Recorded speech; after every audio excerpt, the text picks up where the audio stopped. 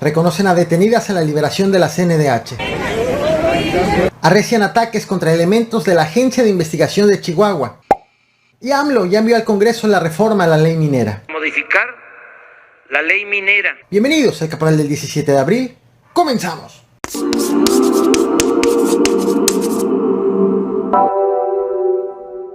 Esta es la fotografía del embajador del Reino Unido en México, John Benjamin, hospitalizado en la Ciudad de México tras intoxicarse con su familia durante un viaje a Yucatán en un restaurante de Paseo de Montejo. La secretaria de Turismo Estatal, Michelle Friedman, de inmediato le ofreció disculpas vía redes sociales y le pidió los detalles del restaurante en el que consumió con su familia para hacer las revisiones necesarias. El embajador ha informado hace unas horas que ya se encuentra mucho mejor de salud. Hace unas horas te traje este video a este canal sobre el operativo realizado por policías de la Ciudad de México, en el cual fue rescatada la sede central de la Comisión Nacional de Derechos Humanos, tomada por feministas, principalmente del grupo Ocupa, que forma parte del llamado Bloque Negro. En esa intervención del pasado viernes 15 de abril fueron detenidas 3 mujeres.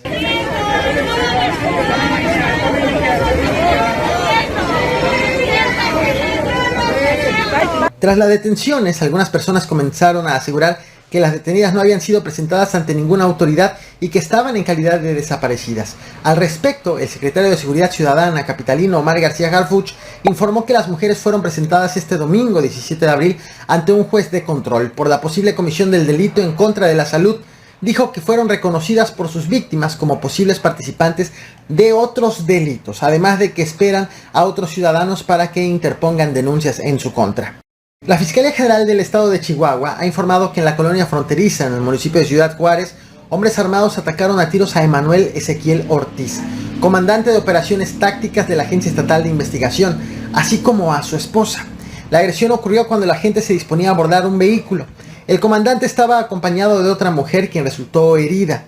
Este caso cobra especial relevancia luego de que este viernes 15 de abril fue asesinado el primer comandante de la Agencia Federal de Investigación, Alejandro Domínguez, junto a otro oficial y otro delegado del Instituto Nacional de Migración. Es decir, se trata de la segunda agresión en contra de elementos dedicados a la investigación en tan solo 48 horas. Sobre la primera agresión te traje este video a este canal. Te dejo el link en la descripción de esta transmisión, tanto de este video como de todos los que he estado haciendo referencia en esta misma transmisión. Las imágenes que ves en pantalla fueron tomadas en el municipio de Rafael Delgado, Veracruz. La madrugada de este domingo 17 de abril, el subsecretario de Gobierno Municipal, Juan Carlos Hernández, y su escolta, un policía municipal, fueron asesinados y posteriormente calcinados a bordo de su vehículo. Esto sucedió en la comunidad de Las Sirenas. Según informes oficiales, las víctimas estaban consumiendo bebidas alcohólicas cuando fueron interceptadas por hombres armados, quienes tras la agresión huyeron sin ser identificados. Al momento ninguna autoridad se ha pronunciado al respecto.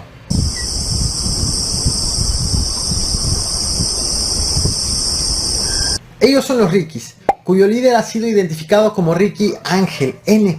Fueron detenidos tras un operativo conformado por 200 policías del Estado de México que lograron detenerlos en el municipio de Villa del Carbón y que fueron detenidos en flagrancia cometiendo delitos en contra de la salud. A los 8 les están siendo ligados con el multihomicidio cometido en Tultepec el pasado 11 de abril, tema del cual te platiqué en este canal. De hecho, estás viendo en pantalla la fachada del domicilio en donde fue cometido tal crimen. 8 integrantes de una familia fueron asesinados, 6 de ellos eran mujeres y 3 menores de edad.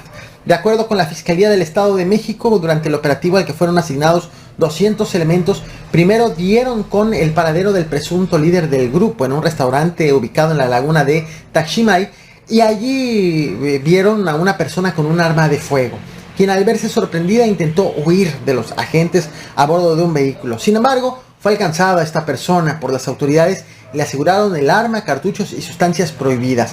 Al detenido lo han acusado también de otros 2 homicidios. Posteriormente fueron detenidos otros 7 presuntos cómplices. De estas detenciones ya no detalló la Fiscalía Estatal. De los detenidos hay 2 menores de edad, también en presunta posesión de sustancias prohibidas. Lo que estás viendo en pantalla son imágenes del traslado de los detenidos.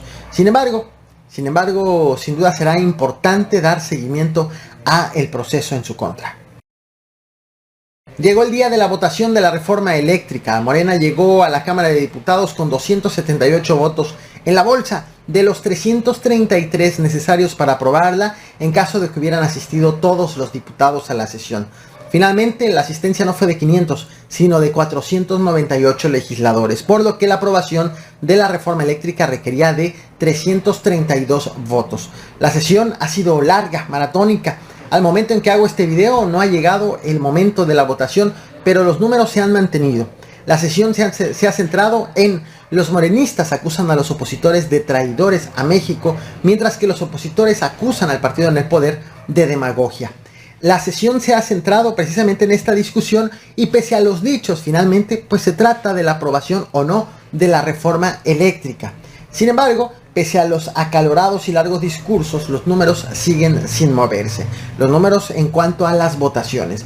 El presidente Andrés Manuel López Obrador ha tuiteado hace unos minutos lo que estás viendo en pantalla.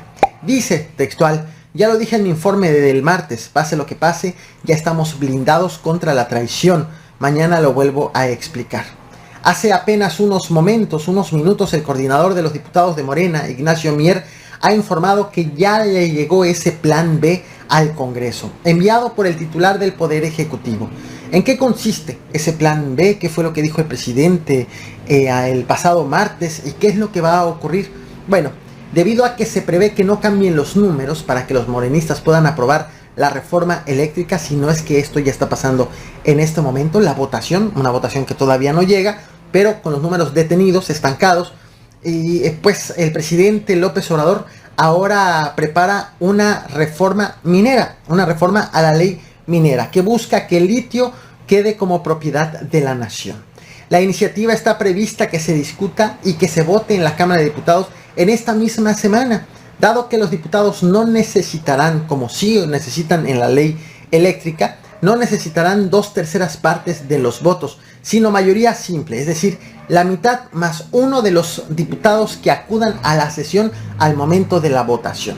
Al momento no se sabe qué contiene el documento enviado por el presidente de la República, solo se sabe que es la ley minera, pero se ignora el detalle de su contenido. Esto es lo que ha dicho el presidente al respecto el pasado martes. Te lo muestro y en las próximas horas pues lo detallará en la conferencia matutina. No olvides reventar el botón de like, compartir y suscribirte. Gracias. Asimismo, informo también para tranquilidad de los mexicanos que si no alcanzamos las 2/3 partes de los votos para la reforma constitucional en materia eléctrica por el boicot de los legisladores entreguistas, conservadores, de derecha, reaccionarios, y enviaré de inmediato, al día siguiente, el lunes próximo, una iniciativa al Congreso para modificar la ley minera, que solo requiere de la aprobación de la mayoría simple